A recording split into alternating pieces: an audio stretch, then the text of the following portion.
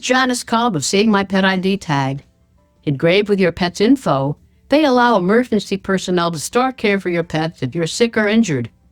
Head over to SaveMyPetIDTag.com and explore products. They ensure peace of mind for you and for your four-legged family. You are about to witness a life-saving story. It's full of resilience and never give up hope.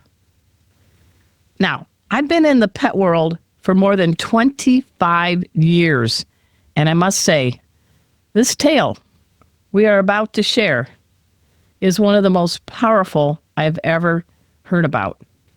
On our show today to tell this story are Rachel Bellis from the organization PETA and Hannah Caldwell, a dog lover who lives in West Palm Beach, Florida.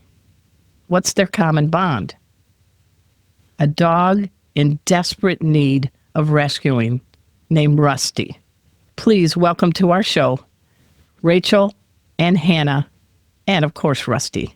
Welcome, ladies and Rusty. Hi. Hi, Arden. Thanks so much for having us. Thanks for having us. I want to back up the bus a little bit and start with you, Rachel.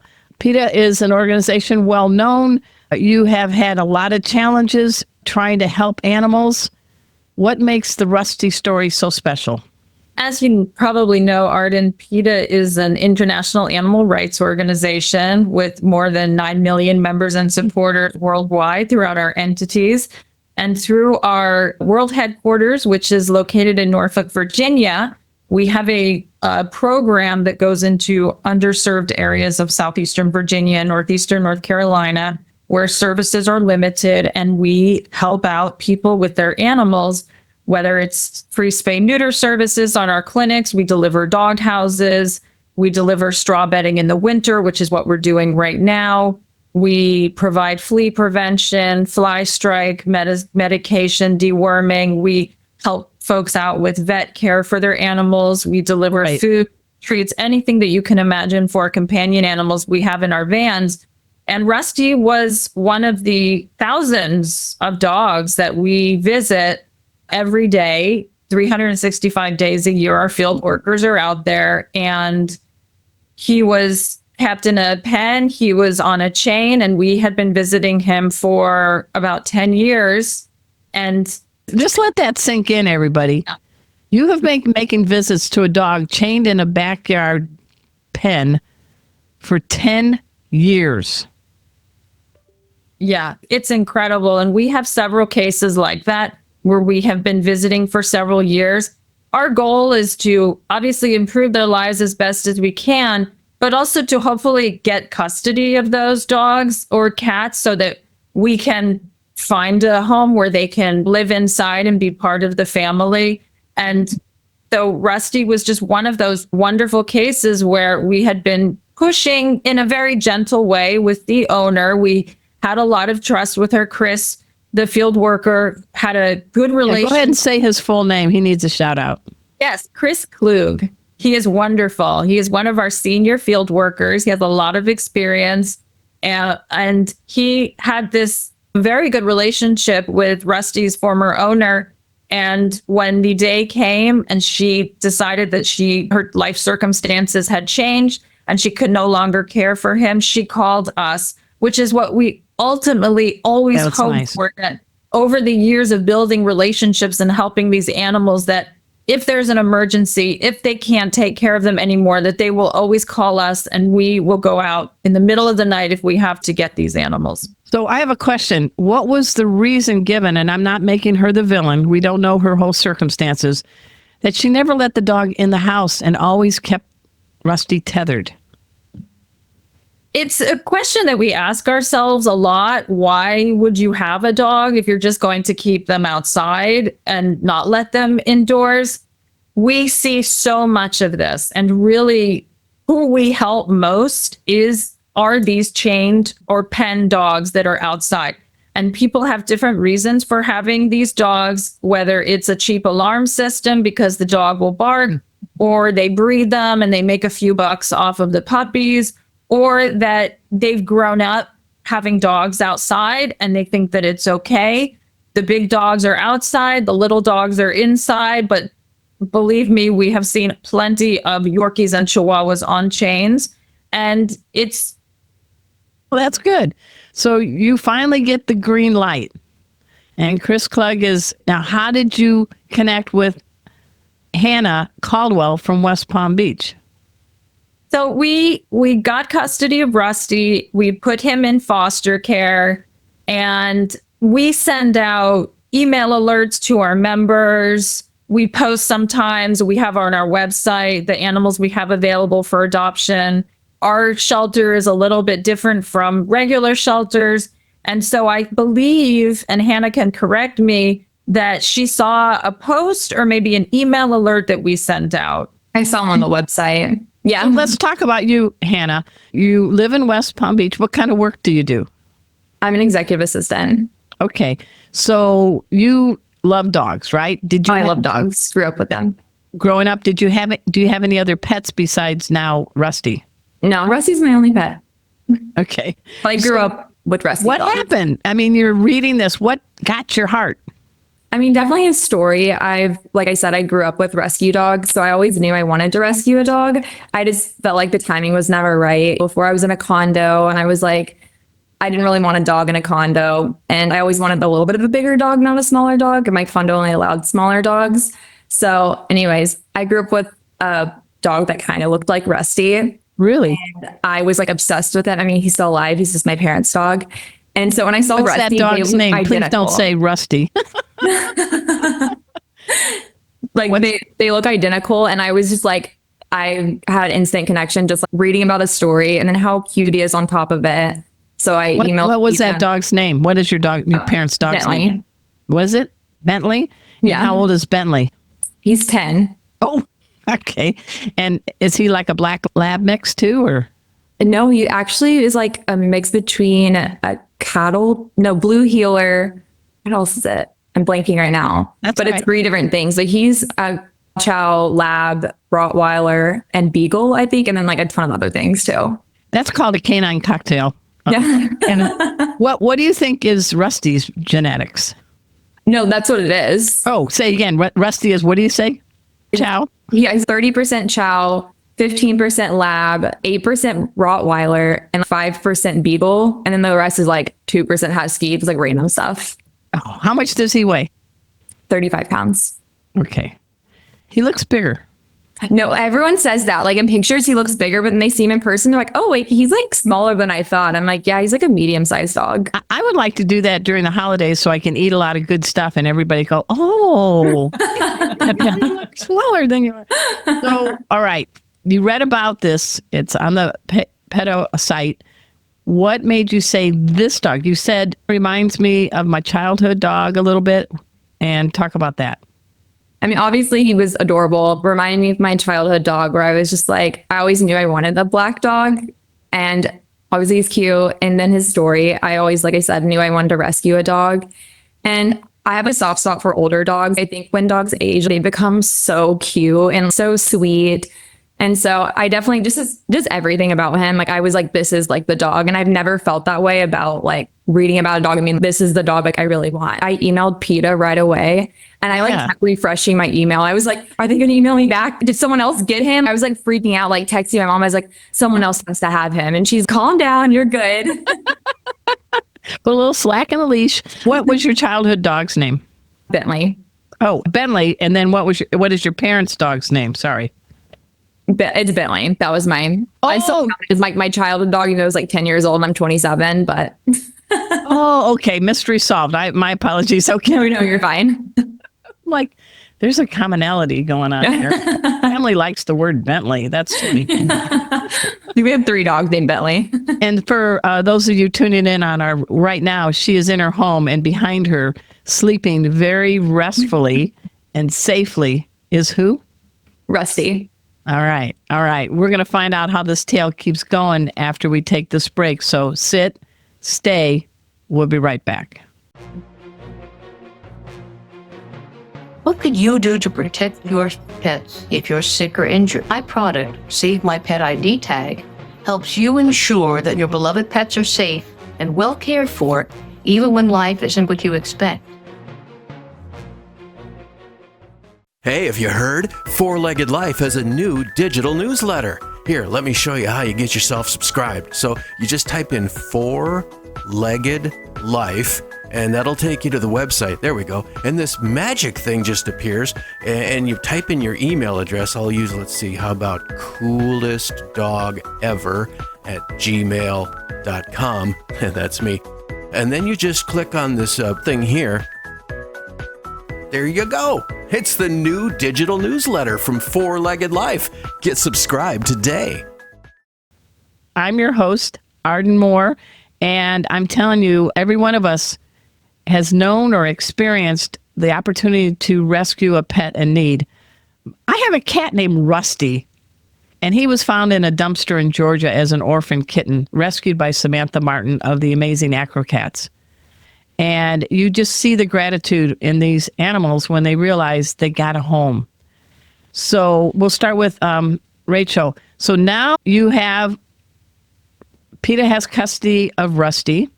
You have your senior field worker, Chris. And logistically, where was Rusty? And Hannah lives in West Palm Beach, Florida. Rusty was in a rural county in North Carolina in our service area. So it's one of the counties that we serve. And so we sort of work in about a 2-hour radius of our Norfolk office. Sometimes we go a little further if we have to. And we brought him back to the office. We immediately put him in foster care with a PETA staffer and then began the search for Rusty's new family. And we have somebody who handles the adoption process, and she spoke with Hannah, and I think immediately this is a yes. And Chris drove Rusty down to West Palm Beach to his new home. How long of a drive do you know how that was? I think it's about 13 hours. Wow. Yeah, but he did go with another staffer, one of our videographers. And so they split the drive, but the video is so cute because they stop in different states and take a photo with Rusty. And I mean, it's amazing. I think this was just a match made in heaven. We're so happy for Rusty. We're so happy for Hannah. And we always encourage people to always adopt, never go to a pet store or breeder. They're just amazing dogs that are waiting for loving families and shelters. And every time somebody goes to a breeder, to a pet shop, they're ruining the chances of a shelter animal to find that loving home. And so this is just a wonderful story about adopting a rescue dog. Hannah, what day did you get Rusty? August 12th. I knew you would know the date. All right. Of course I do. What set the scene? What time of day? I mean, were you having flip-flops in your belly? What was going on when you knew Rusty is going to be living with you? I mean, I was like so excited. I think like the second they told me he was mine, I was like ordering dog food, ordering all the stuff that I was going to need for him. Like I like went overboard with everything. I was like ordering toys. I was like, I don't even know if he loves toys, but like, he's just going to have him here. But I mean, I was just so excited. I remember like the first time I saw him, he was just like wagging his tail, waiting at the door. And it was just like, he just came in here and it was just like, it was like his home already. He fit in like perfectly right away. And do you live, I guess you don't live in a condo anymore. No, I live in a house. Okay. So you can have a big dog if you want, Yes, right? of course. Okay. Yeah. So do you think the bond was instant? Oh, 100%. I mean, at least on my end. So what was it? Tell me, come on. I mean, he's just such a happy dog. And I just feel like right away, he pretty much trusted me and I trusted him. I got the vibe, obviously he was going to bite me or anything like that. And I really wasn't worried about that. But I mean, it was just loving and trusting for sure. And Hannah, you deal with a lot of dogs and cats. You can read them. What was the read you got about Rusty? I wasn't there when they... No, but I mean, you knew the dog. Yeah. Rusty was one of our favorite dogs, one of our favorite field dogs, as we call them. He was always such a happy dog, always so happy to see us. A lot of dogs are not that lucky. When you're kept on a chain for years, there are studies that show that dogs who are chained are almost 3 times as likely to attack as dogs who aren't. And that's because they are forced to eat, sleep, go to the bathroom, everything in this tiny patch of dirt. Their life is the length of the chain that they're on. And they become possessive and protective of their space. And that's why when we find that dogs that are chained have attacked an elderly person or a child because they wandered into their area. And so sometimes we find dogs who psychologically have just, they've given up this life of isolation, no socialization, no affection or love from the people that are supposed to be caring for them. And so when we find a dog like Rusty, we want to maintain that. And so we visited him as much as we could because we have thousands of animals that we visit every year. And we Right. just want to always keep Rusty's spirits up, always keep that relationship going with his former owner, so that when the day came that maybe we could convince her, or the circumstances in her life changed, and she called us. And we're so grateful for that in the end, that we were able to get Rusty into a loving home where he always deserved, and all dogs really deserve to have the family that Rusty has now.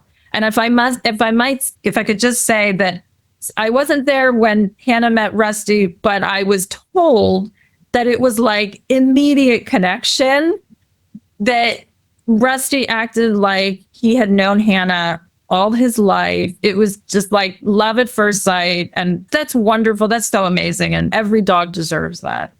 Some people win the lottery. You won the pup lottery, Hannah. I What do you did. think? I really did. So I got to see some clips and photos that PETA provided us of you all.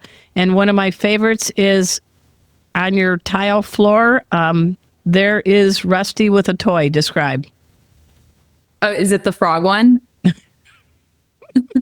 That is his favorite toy that PETA actually gave me, like a gift basket of toys for him. And it's the frog behind me. He's literally obsessed with this toy. Obsessed. I see him. Look, I see. He's like, you have my toy. Uh-huh. Like, even if I like act like I'm like loving on it and stuff, or like, or like when he has a lot of energy, he like starts barking at me. Give me my toy. So give him Froggy right now and see what he does. He There's probably your will. Froggy, Rusty. And just for you folks, he is on the bed behind Hannah, looking quite happy. I guess he's got furniture rights, right? He can be on anything he Oh, wants. 100%. He sleeps on my bed every night with his head on a pillow.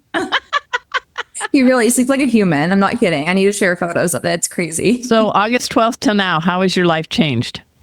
I mean, just a lot more like love in it. Like coming home and having him like waiting at the door, like wagging his tail. I look forward to it. If I'm not home, I'm like checking my Furbo to see what he's doing. Like, I like want to get whatever I'm doing. I want to get home as soon as possible because of him now.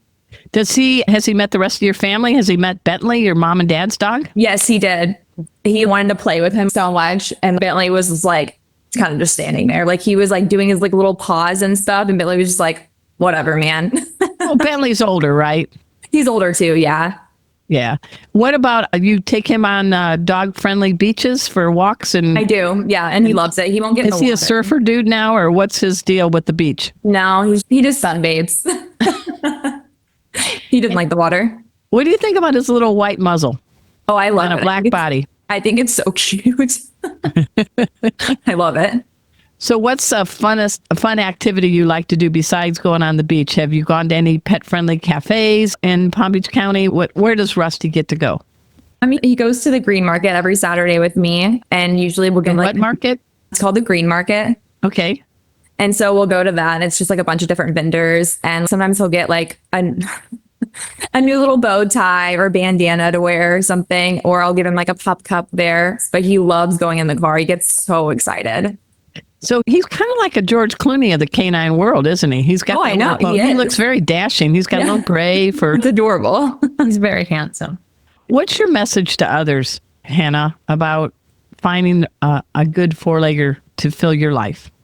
I mean, definitely adopt, don't shop. And then also just giving older dogs a chance. I'm not saying you have to rescue an older dog, but it's nice that, I mean, he's only had one accident in the house the day I got him. Like, he's so easy. It's not like he's chewing at my furniture. Like, he's just been like the easiest dog ever. So definitely giving older dogs a chance. He's maybe one now, like after him, I feel like I'll only want older dogs. I like that. I like that. How can people help PETA? I know you have empathy kits and some other programs you want to talk real quickly about.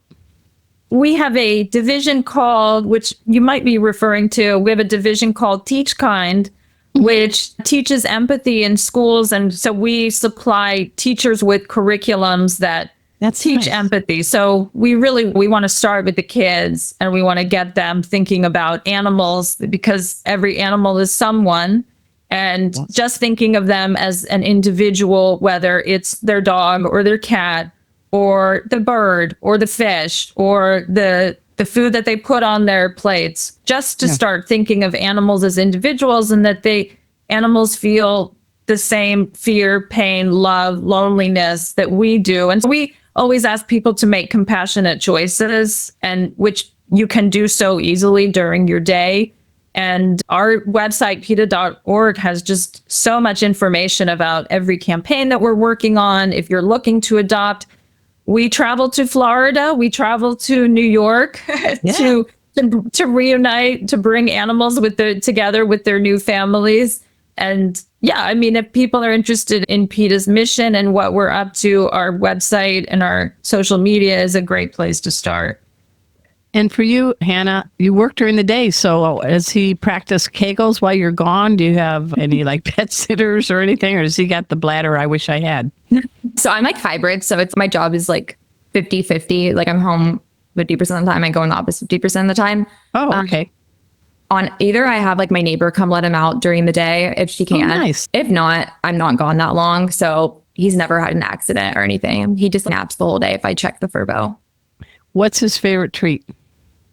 Peanut butter for sure. Like he even knows, like whenever I'm opening like a peanut butter jar, like he can hear, he like knows what that sounds like, and like is like sprinting off the couch. And do you find yourself smiling more?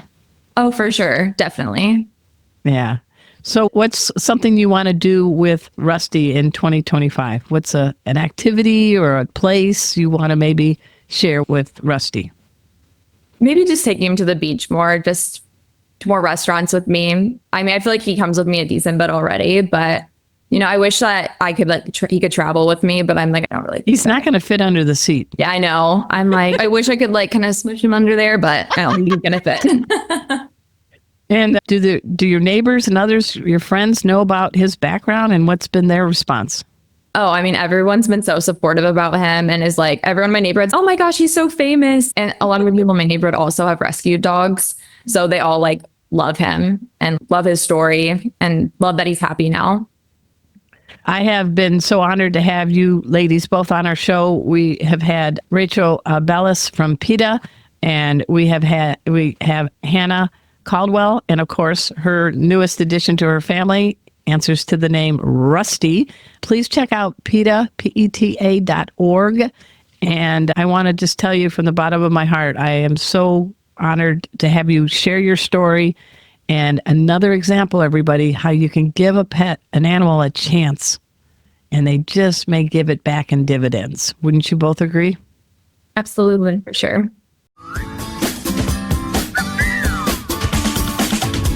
Thanks so much for making our tails wag by watching this guest interview from Arden Moore's Four-Legged Life. Four-Legged Life. Make sure to subscribe so you're up to date with all of our Four-Legged Life content.